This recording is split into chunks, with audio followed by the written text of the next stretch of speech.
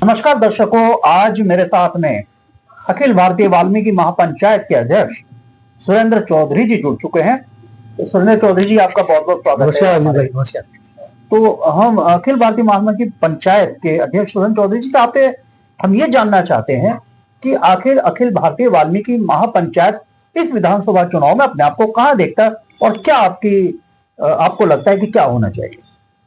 अजीत भाई, धन्यवाद आपको मुझे यहाँ बुलाने के लिए, साक्षात्कार करने के लिए आभार व्यक्त करते हैं आपका और आपके चैनल का। दोस्त, वाल्मीकि महापंचायत का मानना ये है कि वाल्मीकि जो समाज है वो तरक्की की जहां तक हम बात करते हैं तो सबसे निचले पायदान पे उसको हम देखते हैं जी। और इसका उत्थान या इसका उद्धार कैसे हो, इसी संदर्भ में हम कार्यरत है और सतत प्रयास हमारा ये है कि उत्थान इसका कैसे हो, इसका उनका जी।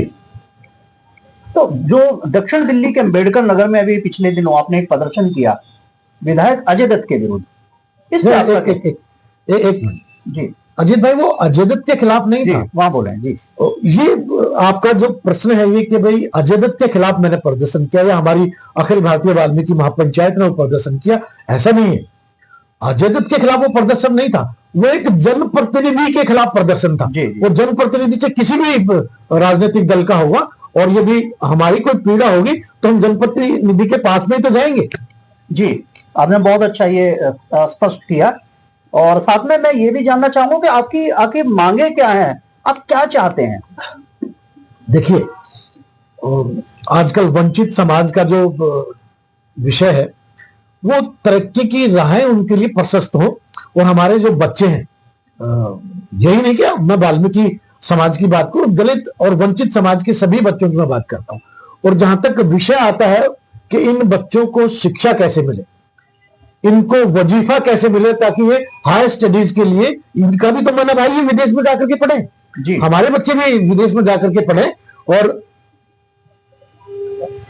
जैसे डॉक्टर बाबा साहब भीमराव अंबेडकर जी जाकर के विदेशों में पढ़कर के आए और उन्होंने अपनी कम्युनिटी के लिए, अपने समाज के लिए, वंचित समाज की मैं बात कर रहा हूं, उनका उत्थान कैसे हो उसके लिए संघर्ष और लड़ाइयां लड़ी। ऐसे ही हम और बच्चे पैदा करके, शिक्षित बच्चे पैदा करके, मेरा कहने का तात्पर्य है कि वो कैसे समाज का उत्थान करे, इसीलिए हमारा अखिल भारतीय वाल्मीकि महापंचायत कार्यरत है।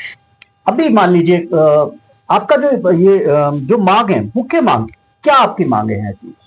हमारे बच्चों, सरकार जो आती है, हमारे बच्चों, सरकार कोई भी हो, विधायक कोई बने क्षेत्र का, या केंद्र में किसी की सरकार हो या दिल्ली में किसी भी सरकार हो, हमारा केवल एक ही विषय है कि हमारे बच्चों को उच्च शिक्षा के लिए ऋण मिले और वो भी ब्याज मुक्त। रोजगार धंधे हमारे बच्चे कैसे आरंभ करें, आत्मनिर्भरता के लिए। अब देखिए, हम ये कहें कि भाई वैकेंसीज मिले या नौकरियां मिले, तो अब उतनी नौकरी तो है नहीं, सरकार कहां से इतनी नौकरी देगी? उद्योग धंधों में आना पड़ेगा हमारे बच्चों को और उसके लिए हमें ऋण मिले और वो भी ब्याज मुक्त। तो जो ये आपको ये सब कहने की निडरता से, बेखौफ जो आप ये अपनी बातें रखते हैं, इसके लिए आपको ताकत कहां से मिलती है? कौन देता है आपको ये ताकत? संविधान। देखिए, संवैधानिक, मैं तो आपको पता है मैं लॉ ग्रेजुएट हूं स्वयं और सरकारी तंत्र में रह करके सरकारी सेवाएं हमने की हैं और संविधान से मैं, आप भी समझते हैं, मैं कहना यह चाहता हूं कि पूरा तंत्र जो है वो संविधान से चलता है। और माननीय प्रधानमंत्री जो भारत सरकार के हैं आज की डेट में, उन्होंने इस संविधान को उठा करके संसद के अंदर, भरी संसद के अंदर कैमरे पे माथे पर लगाया था, ऐसे लगाया था माथे पर इस संविधान को भारत के प्रधानमंत्री ने। तो मुझे ऐसा लगता है कि इस संविधान से ही तंत्र चलेगा, देश चलेगा और किसी तरह से नहीं चलेगा देश। बहुत बेहतर आपने बात कही।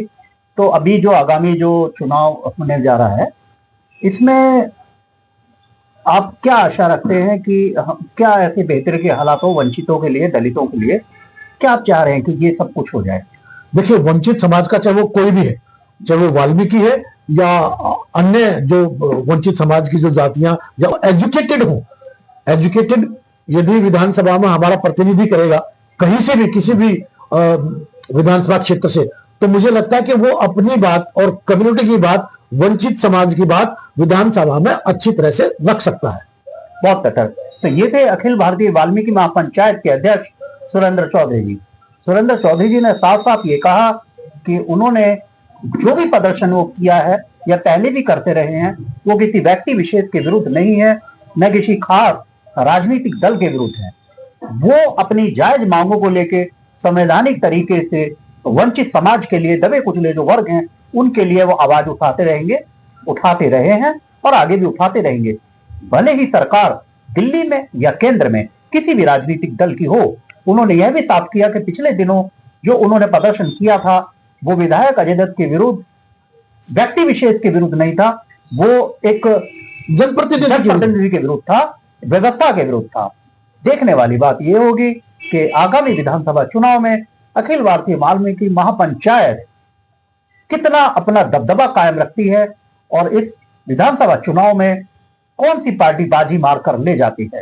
राजधानी दिल्ली से अपने कैमरा पर्सन सहयोगी और अपनी टेक्नीशियन टीम के साथ मैं अजीत कुमार। नमस्कार सुरेंद्र। नमस्कार। Thank you.